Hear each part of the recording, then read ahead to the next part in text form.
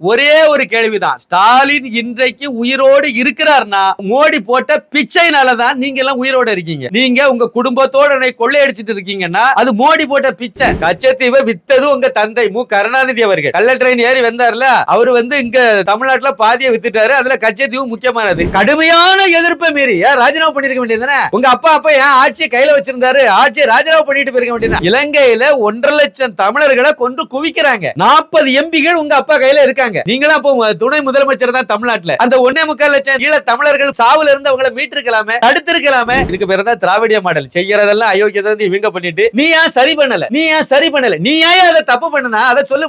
ஒரு எய்ம்ஸ் மருத்துவமனை தமிழ்நாட்டுக்கு கொண்டு வரதுக்கு ஏதாவது பாடுபட்டீங்களா? பண்ணல. அதுக்கு பிறகு மன்மோகன் சிங் அரசாங்கத்துல காங்கிரஸ் கூட கூட்டணியில இருந்து களவாணித்தன உலகத்தையும் பண்ணிட்டு இருந்தீங்க. ஒரு எப்படி பார்த்தாலும் ஒரு 1.25 லட்சத்துல இருந்து 1.5 லட்சம் பேர் இலங்கை தமிழர்கள் இங்க இருக்கக்கூடிய அகதியா இருக்கக்கூடியவங்க இருக்காங்க. இவங்களுக்கெல்லாம் நீங்க குடியுரிமை கொடுத்திருக்கலாமே. 15 ஆண்டுகள் மத்தியில நீங்க தானே இருந்தீங்க. அப்ப என்னத்தை நட்ட கலத்திட்டு இருந்தீங்க? ஒண்ணும் ஒரு மண்ணும் செய்யல. நீங்க மோடி வீடு கட்டும் திட்டத்துல 2,70,000 ரூபாய் மானியம் கொடுத்துட்டு இருக்காரு. நீங்க என்ன பண்ணீங்க? அந்த மோடி வீடு திட்டத்தை கலைஞர் கனவு இல்ல அப்படி மாத்தி ஸ்டிக்கர் ஒட்டிட்டு அலையறீங்க. எத்தனை பேருக்கு வேலை வாய்ப்பு வாங்கி கொடுத்தேன்னு சொல்லுங்க. கல்வி கடனை தீர்த்தீங்களான்னு சொல்லுங்க. அரசு ஊழியர்களுக்கு பழைய ஓய்வு திட்டத்தை நாங்க வந்த உடனே நொட்டுவோம்னு சொன்னீங்களே, ஏன் இன்னும் நொட்டலன்னு சொல்லுங்க. நாரதர் மீடியா உணர்வாளர்களுக்கு வணக்கங்கள். நான் உங்கள் விஜய் சின்னசாமி. என்று நம்முடன் இணைந்திருப்பவர் பிரபல அரசியல் விமர்சகரும் எழுத்தாளருமான திரு சின்னப்பா கணேசன் அவர்கள். வணக்கம் ஜி. வணக்கம் விஜய். வணக்கம். நாரதர் மீடியா உணர்வாளர்களுக்கு எனது பணிவான வேண்டுகோள், பணிவான வணக்கம் மற்றும் வேண்டுகோள். என்ன அப்படின்னா, தேர்தலை நம்ம நெருங்கிட்டோம். 1 மாசம் தான் இருக்கு. இந்த 1 மாசமும் நம்ம ஒரு சேலஞ்சை எடுத்து நம்ம நம்மளால முடிஞ்ச பங்களிப்பை நம்ம கண்டிப்பா நம்ம இந்த தேசத்துக்காக செய்யணும். தேசியவாதிகள் இந்த 1 மாசமும் தூக்கத்தை கொஞ்சம் குறைச்சிட்டு நம்மளால முடிஞ்சது 4 வீட்டுக்கு போய் 4 பேரை ஓட்டு போட வைக்கணும். பிரதமர் நரேந்திர மோடிக்காக ஓட்டு போட வைக்கணும். ஏன்னா அதுதான் நமக்கு கிடைச்ச ஒரு பெரிய விஸ்வகுரு. அவரு கிடைச்சதுனாலதான் நம்ம இந்தியா தேசம் பாரத தேசம் உலக அளவுல ஒரு உலகின் குருவாக மாறிட்டு இருக்கு.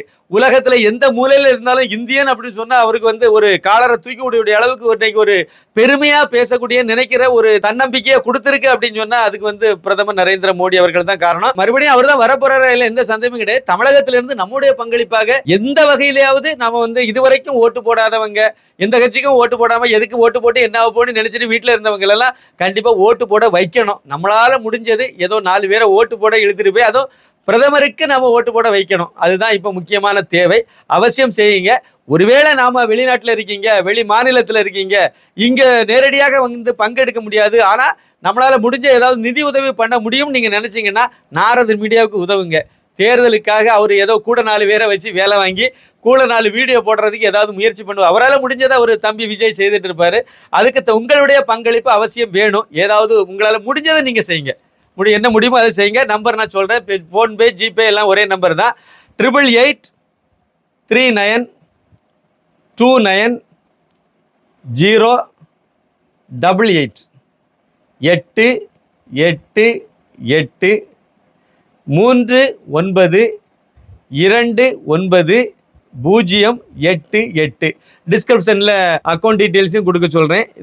இந்த நம்பரையும் கொடுக்க சொல்றேன். அவசியம் நீங்க அவருக்கு உதவுங்க. நாரதர் மீடியாவுடைய கரத்தை கொஞ்சம் வலுப்படுத்துங்க. அது மோடியினுடைய கரத்தை வலுப்படுத்துறதுக்கு பாடுபடுறதுக்கு நம்ம செய்யற ஒரு சின்ன உதவியா இருக்குங்கிறது என்னுடைய வேண்டுகோள். இப்ப நம்ம நிகழ்ச்சிக்கு போலாம். தமிழக முதல்வர் திமுக தலைவர் ஸ்டாலின் அவர்களுக்கு துண்டு சீட்டை பார்த்து கூட படிக்க தெரியலன்னு எல்லாருமே அவர் மீது ஒரு விமர்சனத்தை முன்வைக்கிறாங்க. ஆனா அவரு இப்ப திடீர்னு டிஆர் மாதிரி எதிகை முனையில பேச ஆரம்பிச்சிருக்காரு. அந்த முறைப்படியே பிரதமரை நோக்கி ஒரு கேள்வியை முன்வைத்திருக்கிறார். கச்சத்தீவை திமுக கடுமையா எதிர்த்தது, தாரை வார்க்க கூடாது என கடுமையா எதிர்த்தது. அதையும் மீறிதான் கச்சத்தீவு தாரை வார்க்கப்பட்டது. அது மட்டுமல்லாமல் பாஜக ஆட்சிக்கு வந்த பிறகு கச்சத்தீவை மீட்க எந்த மாதிரியான நடவடிக்கை எல்லாம் எடுத்திருக்கீங்க? அது மட்டுமல்லாமல் தமிழகத்திற்கு இந்த 10 ஆண்டு ஆட்சி காலத்துல என்னென்னலாம் செஞ்சிருக்கீங்கன்னு மக்கள் தொடர்ந்து கேள்வி கேட்டு வராங்க. இதற்கு பதில் சொல்லாம மேடையில பிரதமர் மோடி அவர்கள் அவருடைய புலம்பல்களும் புழுகுகளும் மட்டுமே இருக்கு, அவர் விஸ்வகுருவா அல்லது மௌன குருவா என அவர் ஒரு டிஆர் பாணியில ஒரு கேள்வியை முன்வைத்திருக்கிறார் ஸ்டாலின் அவர்கள். இதற்கு உங்களுடைய பதில் என்ன? நான் ஆரம்பத்துல கேட்கலான் இருந்தேன். அந்த கேள்வி கேட்கும் போது நீங்க சிரிக்க கூடாதுன்னு நான் கேட்கலான் இருந்தேன். அதை கேட்காம விட்டுட்டா நீங்க சிரிச்சிட்டீங்க. இருந்தாலும் பரவாயில்ல. இதற்கு உங்களுடைய பதில் என்ன? நாடே சிரிக்குதுங்கிறத நான் சிரிக்கல இருந்து புரிஞ்சுக்கலாம். அதாவது என்ன அப்படின்னா, இந்த மாடலுக்கு பேர் தான் திராவிடியா மாடல். அதாவது அப்ப வந்து அடகு வைப்பாராமா கச்சத்தீவை, அதை வந்து மோடி மீட்டுட்டு வரணுமா, இதுக்கு ஒரு கடிதாசி எழுதிட்டு இருப்பாரா இங்க இருந்து. என்ன யோக்கியதை பார்த்தீங்களா? அதாவது புரட்டி திருப்பி போடுறது, அப்படியே மடைமாற்றம் பண்றது. இப்படிதானே நீங்க 67 வருஷம் 57 வருஷமா வண்டியை ஓட்டிட்டு இருக்கீங்க தமிழ்நாட்டுல. சொல்லிய தரவா வேணும். அதாவது கச்சத்தீவு முதல் தாரை வார்த்தது யாரு? கடுமையான எதிர்ப்பை மீறி ஏன் ராஜினாமா பண்ணிருக்க வேண்டியதுதானே? உங்க அப்பா ஏன் ஆட்சியை கையில வச்சிருந்தாரு, ஆட்சியை ராஜினாமா பண்ணிட்டு போயிருக்க வேண்டியது. அதெல்லாம் எதுக்கு சார்? சமீபத்தில் 2009 நடந்த விஷயம். இலங்கையில 1.5 லட்சம் தமிழர்களை கொண்டு குவிக்கிறாங்க. 40 எம்பிகள் உங்க அப்பா கையில இருக்காங்க. நீங்களாம் இப்போ துணை முதலமைச்சர் தான் தமிழ்நாட்டில். உங்களுக்கு நல்லா தெரியும். நீங்களும் நேரடி பங்கு உள்ளவங்க தானே. மேல் சபையிலே அதிகமான எம்பிக்கள் தமிழகத்தில் சேர்ந்தது உங்க கையில தான் இருந்தாங்க. அத்தனை பேரும் உங்ககிட்ட ஒன்று ராஜினாமா லெட்டர் கொடுத்தாங்களே. இந்த 40 எம்பிக்களும் வந்து ராஜினாமா பண்ணா மத்திய அரசு கீழே விழுந்துரும். அன்னைக்கு இருந்த காங்கிரஸ் கவர்மெண்ட் கீழே விழுந்துரும். யதார்த்தமான உண்மை தானே. இங்க காங்கிரஸ் கவர்மெண்ட் விழுந்துனா அடுத்த செகண்டே நீங்க இலங்கையில போர் நிறுத்த அறிவிச்சிருப்பாங்களே. அந்த 1.25 லட்சம் ஈழ தமிழர்கள் சாவுல இருந்து அவங்களை மீட்டிருக்கலாமே, தடுத்திருக்கலாமே. என்ன ஈர மண்ணை வாரி போட்டீங்க நீங்க? உங்க அப்பா என்ன வாரி போட்டாரு, நீங்க என்னத்தை வாரி போட்டீங்க? ஒரு மண்ணை வாரி போடல. இதானே உண்மை. அதுக்கு பிறகும் பூசி மெழுகிறோம். அதுக்கு பிறகு இலங்கை தமிழர்களுக்காக நாங்க நீலி கண்ணீர் வடிக்கிறோம்னா யாராவது, இந்த முதலை கண்ணீர் வடிக்கிறதெல்லாம் யாராவது நம்புவாங்களா? இதான் சார் கதை. இதுதான் வந்து கச்சத்தீவு விவகாரத்திலையும். கச்சத்தீவை வித்தது உங்க தந்தை மு கருணாநிதி அவர்கள். கள்ள ட்ரெயின் ஏறி வந்தார்ல, அவர் வந்து இங்க தமிழ்நாட்டில் பாதியை வித்துட்டாரு. அதுல கச்சத்தீவு முக்கியமானது. அதை வந்து இலங்கைக்கு தார வாத்துட்டாரு.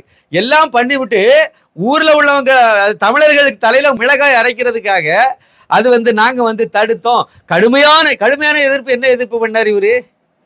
இல்ல, என்ன எதிர்ப்பு பண்ணாரு? அண்ணாமலை ஐபிஎஸ் அவர்கள் தெளிவாக கேட்டார். முதலாவது கச்சத்தீவை அக்ரிமெண்ட்ல சைன் போட்டு கொடுத்துட்டீங்க. 2வது 6 மாசம் கழிச்சு அந்த சரத்து 6க்கும் நீங்க 2வது அதை ரிமூவ் பண்றதுக்கு ஒத்திட்டீங்க. போட்டதுலயாவது அந்த கச்சத்தீவுல வந்து தமிழக மீனவ சகோதரர்கள் போய் வந்து மீன் விலையை உலர்த்துறதுக்காவது ஒரு வாய்ப்பு இருந்துச்சு. 2வது அதையும் அவன் நீக்கிட்டான். அப்பவும் நீங்க வந்து என்னத்தை பண்ணிட்டு இருந்தீங்கன்னு கேட்டாரு. உங்க தந்தையார் என்னத்தை பண்ணிட்டு இருந்தார்? அதாவது 2009 நீங்களும் உங்க அப்பா கூட சேர்ந்து என்னத்தை பண்ணிட்டு இருந்தீங்களோ, மௌன குருவா இருந்தீங்களோ, அந்த மௌனத்தை தான் உங்க தந்தையாரும் பண்ணிட்டு இருந்தாரு. கச்சத்தீவை தாரை வார்த்த போதும் அப்படிதான் பண்ணிட்டு இருந்தாரு. இலங்கையில தமிழர்களை கொண்டு குவித்த போதும் நீங்களும் சேர்ந்துதான் மௌன குருவா இருந்தீங்க. இவங்க போய் நின்று பிரதமரை போய் நின்று மௌன குரு எதுவும் பண்ணல தமிழ்நாட்டுக்கு, மீட்கல அப்படின்னு கேட்கிறாரு. நான் என்ன கேட்கிறேன் அப்படின்னா, இதெல்லாம் வந்து முதல்ல சொன்னமே தான். இதுக்கு பேர் தான் திராவிடிய மாடல். செய்யறதெல்லாம் அயோக்கியதை வந்து இவங்க பண்ணிட்டு நீ ஏன் சரி பண்ணல, நீ ஏன் அதை தப்பு பண்ணனா அதை சொல்லும். போத தப்பு பண்ண நிவாரணம் நீ தானே தேடி இருக்கணும். சாதாரணமான விஷயமா? மத்திய அரசுல 15 வருஷம் உங்களுக்கு வந்து வாய்ப்பு கிடைச்சது. வாஜ்பாய் காலத்துல 5 வருஷம் நீங்க கூடவே இருந்தீங்க. கொள்ளையடிக்க என்ன வழி உண்டுமோ அதைத்தான் தேடுனீங்க. ஆனா அந்த கச்சத்தீவை மீட்கிறது ஏதாவது பண்ணீங்களா? பண்ணல. ஒரு எய்ம்ஸ் மருத்துவமனை தமிழ்நாட்டுக்கு கொண்டு வரதுக்கு ஏதாவது பாடுபட்டீங்களா? பண்ணல. அதுக்கு பிறகு மன்மோகன் சிங் அரசாங்கத்துல காங்கிரஸ் கூட கூட்டணியில இருந்து களவாணித்தன உலகத்தையும் பண்ணிட்டு இருந்தீங்க. ஒரு எய்ம்ஸ் மருத்துவமனை தமிழகத்துக்கு கொண்டு வந்தீங்களா? கொண்டு வரல. 15 வருஷம் தொடர்ச்சியா இருந்தீங்கல்ல. கச்சத்தீவை மீட்கிறதுக்கு நல்ல வாய்ப்பு தானே. வாஜ்பாய் அவர்கள் முடியாதுன்னு சொல்லுவாரா? பண்ணிருப்பாரு தானே. கூட தானே நீங்க இருந்தீங்க. அன்னைக்கு நீங்க வெளியே வந்தா ஆட்சி கலைஞ்சிரும். அதுக்கு பிறகு 10 வருஷமா மத்திய காங்கிரஸ் அரசை தாங்கி பிடிச்சது நீங்க தானே. முக்கியமான இலாகாக்கெல்லாம் வாங்க தெரிஞ்சது இல்ல. தயாநிதி மாறன் அந்த கேபிள் திருடனுக்கு வந்து மத்திய ஒலிபரப்புத்துறை கேபினெட் அமைச்சரை வாங்கி கொடுத்தது கத்துக்குட்டி எதுவுமே தெரியாது. அரசியல்லாம் அரிச்சுவடியே தெரியாத ஆளு, புதுசா வந்த ஆளு. இந்தி தெரியும்னு சொல்லிட்டு அன்னைக்கு கேபினெட் அமைச்சர் வாங்கி கொடுக்கறதுக்கு சண்டை போட்டு வாங்கி கொடுக்க தெரிஞ்ச உங்களுக்கு கச்சத்தீவை மீட்கிறதுக்கு ஏன் நேரம் கிடைக்கல? ஊழல் பண்றதுல கொள்ளையடிக்கல மட்டும் டைம் எடுத்து செய்துட்டே இருந்தீங்களா? ஏன் பண்ணல? 15 ஆண்டுகள் கையில இருந்துச்சு. நேரடியா உங்க கையிலே இருந்துச்சு. ஏன் பண்ணல? அதை பண்ணாம விட்டுட்டு அப்படின்னா உங்களுக்கு வந்து அதை பத்தி கவலையே கிடையாது. அப்படித்தானே? இலங்கை அப்படி உங்களுக்கு கவலை இருந்ததுதான் இலங்கை தமிழர்களை நீங்க காப்பாத்திருப்பீங்களா? அப்படித்தானே? அதே மாதிரி இங்க உள்ள இலங்கை தமிழர்கள் முகாமில் இருக்க அத்தனை பேர் கிட்டத்தட்ட 1 லட்சத்தி சொச்சம் பேர், 1 லட்சம் அளவுக்கு முகாம்கள்ல இருக்காங்க இலங்கை அகதிகள். அது போக வெளியே ஒரு 20-25 மேல இருக்காங்க. ஒரு எப்படி பார்த்தாலும் ஒரு 1.25 லட்சத்திலிருந்து 1.5 லட்சம் பேர் இலங்கை தமிழர்கள் இங்க வந்து இருக்கக்கூடிய அகதியா இருக்கக்கூடியவங்க இருக்காங்க. இவங்களுக்கெல்லாம் நீங்க குடியுரிமை கொடுத்துருக்கலாமே. 15 ஆண்டுகள் மத்தியில நீங்க தானே இருந்தீங்க. அப்ப என்னத்தை நட்ட கலத்திட்டு இருந்தீங்க? ஒன்றும் ஒரு மண்ணும் செய்யல நீங்க.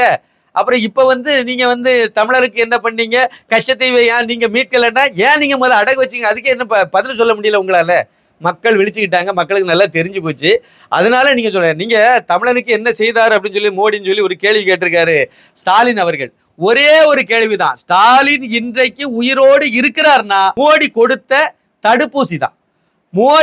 மோடி போட்ட பிச்சைனால தான் நீங்க எல்லாம் உயிரோட இருக்கீங்க. நீங்க உங்க குடும்பத்தோட கொள்ளையடிச்சிட்டு இருக்கீங்கன்னா அது மோடி போட்ட பிச்சை. ஒரு பெரிய நாடு இந்தியா, உலக அளவில் அதிக மக்கள் தொகை கொண்ட நாடு இந்தியா. 142 கோடி மக்களை காப்பாத்திருக்காரு. தமிழர்களையும் சேர்த்தான் காப்பாற்றிருக்காரு. அவ்வளவு பேருக்கு 2 தடுப்பூசி கொடுத்திருக்காரு. இந்தியாவில் சுயமா தயாரிச்ச தடுப்பூசி. அந்த தடுப்பூசியை போட விடாம தடுத்த கும்பல் நீங்க, மக்களை கெடுத்த கும்பல் நீங்க. அதையும் தாண்டி மக்கள் எல்லாம் ஊசி போட்டு எல்லாம் ஆரோக்கியமா இருக்காங்க, அதுல இருந்து தப்பிச்சுட்டாங்க, அது வேற. ஆனா இன்னைக்கு நம்ம எல்லாம் உயிரோட இருக்கனா, நீங்க உட்பட முதலமைச்சர் மு.க. ஸ்டாலின் அவங்க குடும்பத்துல உள்ளவங்க எல்லாம் உயிரோட இருக்கும் அப்படின்னாலே மோடி கொடுத்த தடுப்பூசி, மோடி போட்ட பிச்சை, வேற என்ன வேணும்? நம்மளோட உயிரை காப்பாத்திருக்காருல, முதல் பாயிண்ட் அது. அதுக்கு பிறகு இந்த 10 வருஷத்துல கொடுத்தத பல தடவை நம்ம பல மேடைகள்ல பிரதமர் நரேந்திர மோடியா பட்டியல் போட்டு உங்களுக்கு சொல்லிட்டார். ரொம்ப தூரத்துக்கு போக வேண்டாம் சார். சமீபத்தில் 100 ரூபாய் கேஸ் சிலிண்டருக்குடைய மானியத்தில் இப்போ 100 ரூபாய், அதாவது கேஸ் சிலிண்டர் விலையை 100 ரூபாய் குறைச்சார். எல்லா குடும்ப தலைவிகளும் இதை பயனடைட்டுன்னு சொல்லிட்டு குறைச்சாரு. எல்லாத்துக்கும் நல்லா தெரியும். நீங்க என்னத்தை பண்ணீங்க? நீங்க தேர்தல் வாக்குறுதியில மோடி நான் சிலிண்டர் விலையை குறைப்பேன் அப்படின்லாம் எதுவுமே சொல்லலை. எதுவுமே சொல்லாமலேயே அவர் எடுத்த எடுப்புலேயே 100 ரூபாய் இப்போ குறைச்சாரு. நீங்க என்னத்தை பண்ணீங்க? 100 ரூபாய் அவரு குறைச்சாரு, நீங்க என்ன பண்ணீங்க? அதாவது தேர்தல் வாக்குறுதி 2021 தேர்தல் வாக்குறுதியில நீங்க என்னத்தை கொடுத்தீங்க? அதாவது குடும்ப தலைவிகளுக்கு கேஸ் சிலிண்டர் ஒவ்வொரு சிலிண்டருக்கு 100 ரூபாய் குறைப்புன்னு கொடுத்தீங்களா? இது வரைக்கும் நீங்க குறைச்சிங்களா? நீங்க தானே வாக்குறுதி கொடுத்தீங்க. ஆனா அவரு சொல்லவே இல்லை. தேர்தல் வாக்குறுதியிலையும் சொல்லலை, எல்லாம் எதுலையுமே சொல்லலை, 100 ரூபாய் குறைப்பேன்லாம் சொல்லலை. ஆனா ஒரு பிரதமர் குறைச்சிட்டார். இப்ப நீங்க 33 மாசத்தை தாண்டி வந்துட்டீங்க. ஆனா நீங்க அதை பத்தி பேசவே இல்லை, அல்வா கொடுத்துட்டு இருக்கீங்க. ஆனா நீங்க என்ன செய்யலைன்னா பாடம் நடத்திட்டு இருக்கீங்க.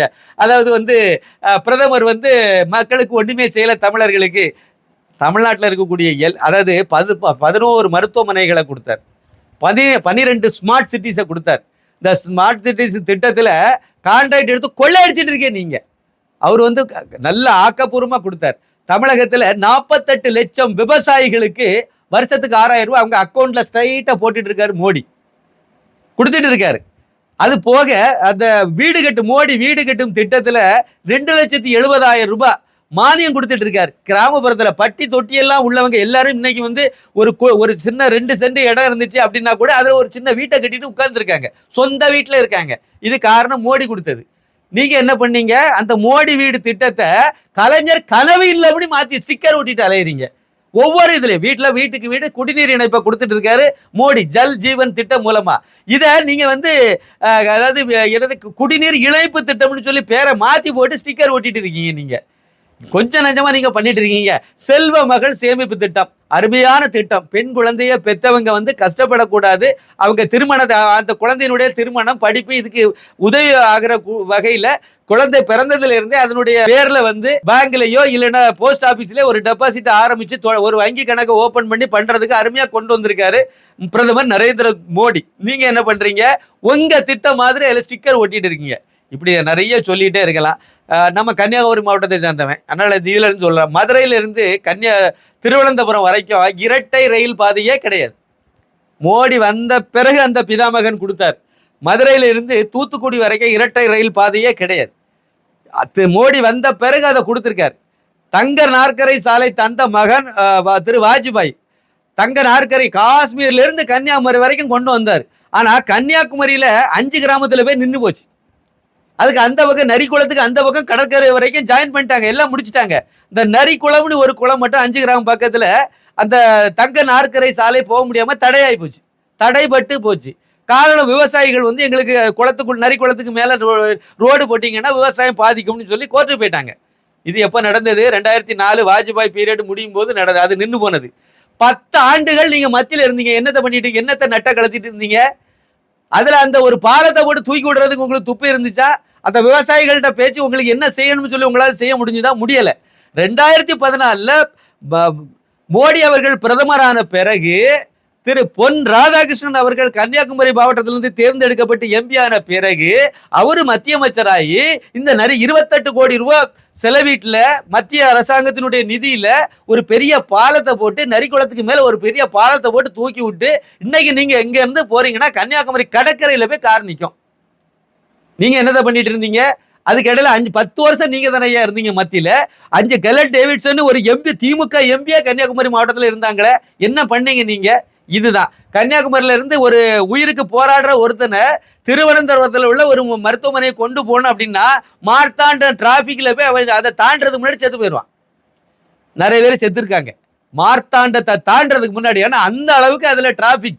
அந்த டிராபிக்கை வந்து இதுவரைக்கும் அந்த நெரிசலை சரி பண்றதுக்கு எந்த அரசாங்கமும் எதுவும் பண்ணல.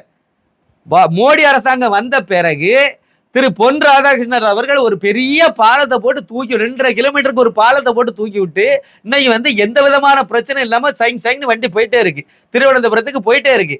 ஒரு புறவழிச்சாலையை ஒன்று போட்டார், இன்னும் முடிக்க விடாம தடுத்துட்டு இருக்காங்க. கிட்டத்தட்ட அவரு இன்னும் ஒரு 5 வருஷம் பொன் ராதாகிருஷ்ணன் இருந்தாருன்னா அதையும் முடிச்சிருப்பார்.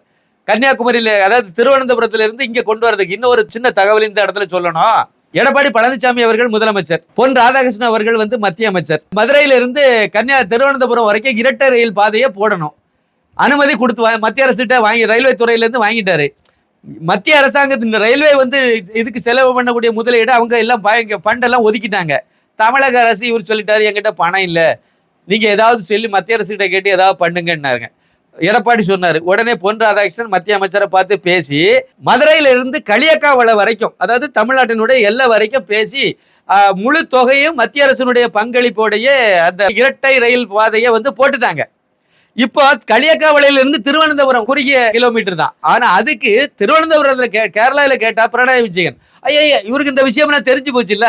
உடனே அவரு சொல்லிட்டாரு, இல்ல எங்கிட்டயும் பணம் இல்லை, நாங்க என்ன செய்ய, நாங்களே கஷ்டத்துல கிடக்கும் அப்படின்ட்டாரு. முடிஞ்சு போச்சா? சரி, எப்படி களியக்காலையில கொண்டு போய் நீங்க முட்டிட்டு விட முடியும்?